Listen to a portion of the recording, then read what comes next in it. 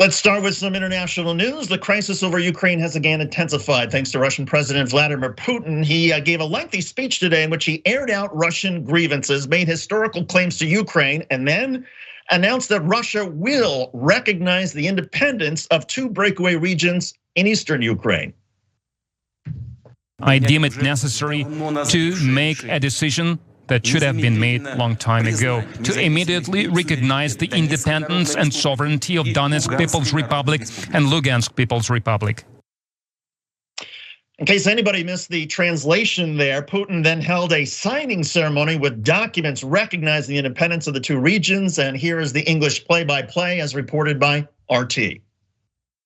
Vladimir Putin is signing the executive decree on recognition of the Donetsk People's Republic. President of the Russian Federation, Mr. Vladimir Putin, signing the executive decree on recognition the Lugansk People's Republic. Many analysts believe that the move could be a pretext to a Russian invasion and occupation of those two regions in Ukraine. Meanwhile, as the Washington Post reports, troops continue to gather near the Ukraine border, suggesting that the window for a diplomatic resolution of the crisis is closing, and striking a discordant note from Sunday's news that President Biden and his Russian counterpart Vladimir Putin had agreed in principle to meet. The summit was proposed by French President Emmanuel Macron during separate calls with Biden and Putin on Sunday.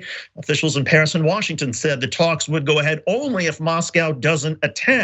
Russian officials were ambiguous about whether the summit would go ahead. Kremlin spokesman Dmitry Peskov said Monday that they're not concrete plans for a Russia-US summit. Biden National Security Advisor Jake Sullivan struck a pessimistic chord in comments to ABC News on Monday morning. "We never give up hope on diplomacy until the missiles fly or the tanks roll," he said, "but the likelihood there's a diplomatic solution given the troop movements of the Russians is diminishing hour by hour."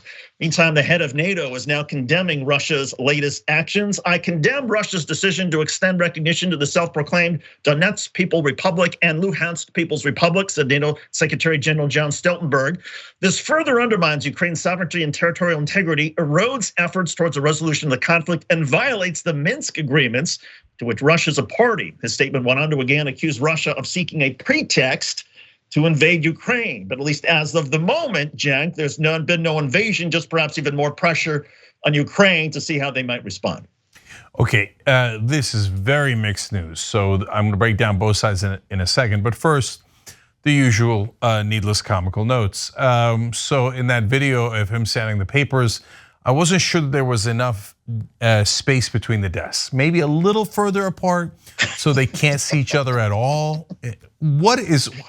Have two desks ever been further apart? Anyway, in the same room. And secondly, I don't see his Festivus poll, even though he aired an hour of grievances.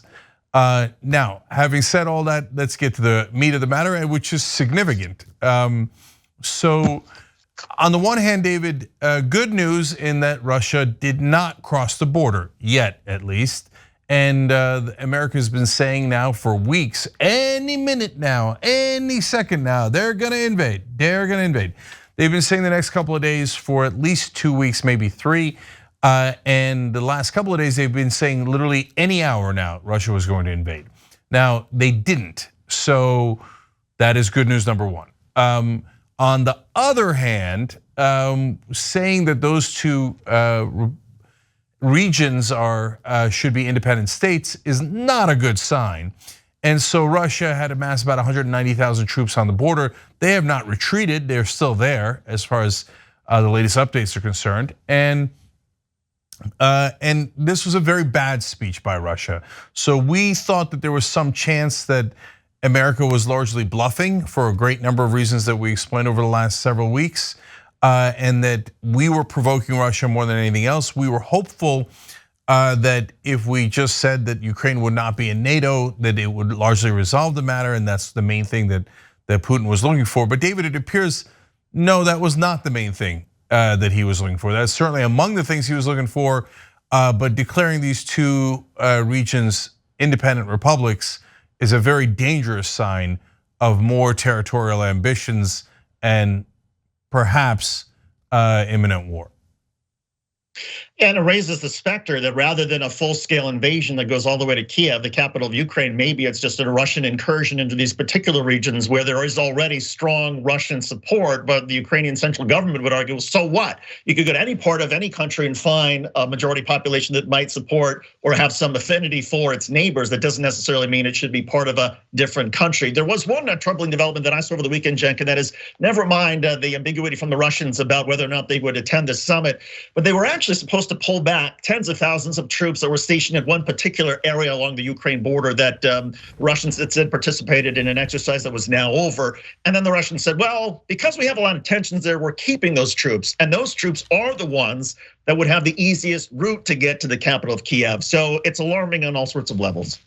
Yeah, so one of our members just wrote in, and we love doing the show with you guys, tyt.com/join to become a member and be part of the show. Trigger Incarnate wrote in, Cenk, Russia's sending in peacekeepers into the two, and I would add quote marks around republics, right? But that part's not clear, guys. Yes, he's saying that, but America is saying that that Russia has not crossed the border, and they are sanctioning those two republics, but curiously not sanctioning Russia itself. And so I know why they're not sanctioning Russia, because they want to reserve that for an actual border crossing, and if that happens, then they're gonna hit him with every sanction imaginable. Although now Democrats and Republicans are pushing Biden. So we just had Representative John Garamendi, who is a Democrat from California, was on television on CNN's newsroom saying that Biden should do more. Of course, Chief Warmonger Lindsey Graham saying that that Biden needs to do more to attack Russia, whether it's through sanctions or other measures. So there are people chomping at the bit for war on our side, and that is not a good sign. But as far as we know, I don't know what it means for him to have sent in peacekeepers. The one thing I do know is they're not peacekeepers. You don't keep the peace by putting your troops into somebody else's territory. That's true of Russia, by the way, also true of the United States. We often send ground troops to countries pretending that they're peacekeepers. But the thing, my most important takeaway from this, David, is overall, this is pretty bad news. Yeah, they didn't send the troops yet, but declaring them independent regions as clearly territorial implications, obviously already, and territorial potential ambitions. And does it look like Putin is trying to reconstitute the Soviet Union? Well, that was a lot of his speech. It was about how Russia used to be bigger, badder, and that they need to go back to having more of that territory. And that is a terrible sign for the world. Well, Cenk, I got to ask you one thing. I mean, a lot of people are confused about, well, what is it that, what is it the Russians really want in Ukraine? And the answer is it's not so much what they want in Ukraine. It's just that, I mean, Putin presumably is afraid that because Ukraine, since it got its independence from Russia, from the Soviet Union, has become more Western oriented and looking, there's this fear that Putin has that the Russians might show more discontent. And if they see Ukraine being more successful as an independent, autonomous state from Russia, as it has been, then that somehow emboldens Putin's enemies from within. I sort of wonder if that is really sort of how that changes now, and what do you think in terms of how Ukraine should respond? Should Ukraine go ahead and recognize, okay, Russia has made these claims, we need some time to think about it, or do they just flat out reject it and take their chances? No, they have to reject it. It's absurdity to consider this. And this was exactly the problem with the slippery slope when they took Crimea. And a lot of people were like, well, it's ethnically Russian, let's let it go. Well, you let it go and then this happens. And it's creeping imperialism from the Russian side. So look, what America, Europe, and the rest of the world does if the Russian troops cross the border is a different question. And I think sanctions are, especially for the oligarchs and for Putin himself, are very merited, perhaps cutting off the pipeline to Germany, etc. I would hope that no military action happens, because those are the two biggest nuclear powers in the world, obviously, and that is nothing but disaster for all of us. But I've got to clarify a couple of things here to the point of David's question.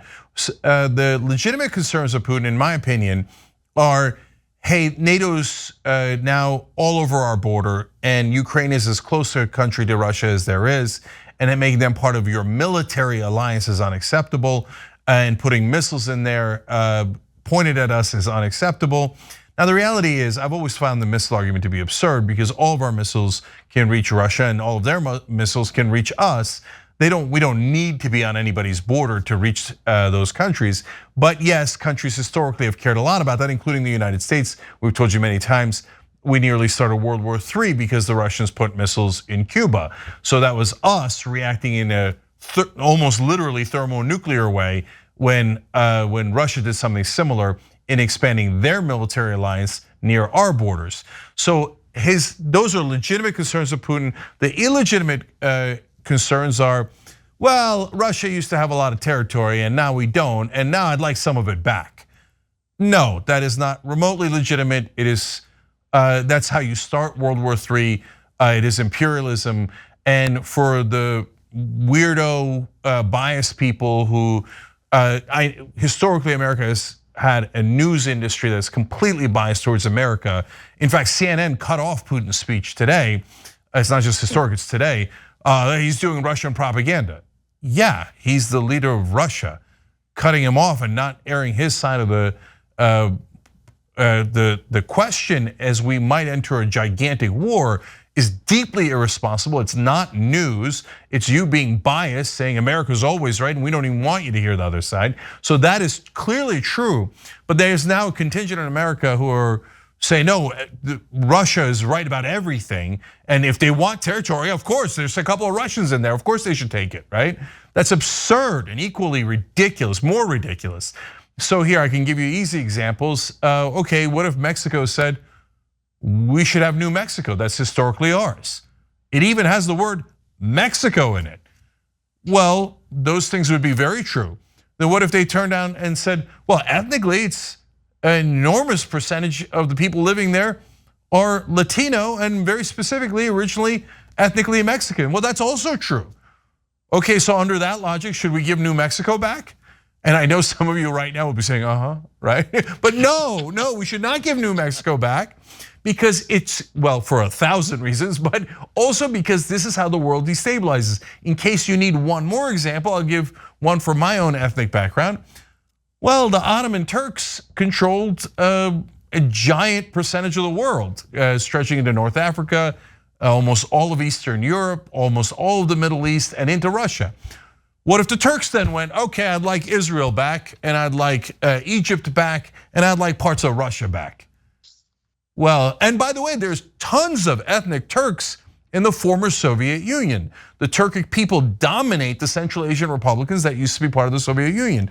What if Turkey goes, I'll take Tajikistan and Turkmenistan? It's got the word Turk in it, in the title of the country, Turkmenistan. So you can see easily how this would devolve. China gets in and everybody will make claims and we'll be at endless wars. So what I think Putin announced today is very, very dangerous for world peace. An update has just gotten in while we're doing the show live.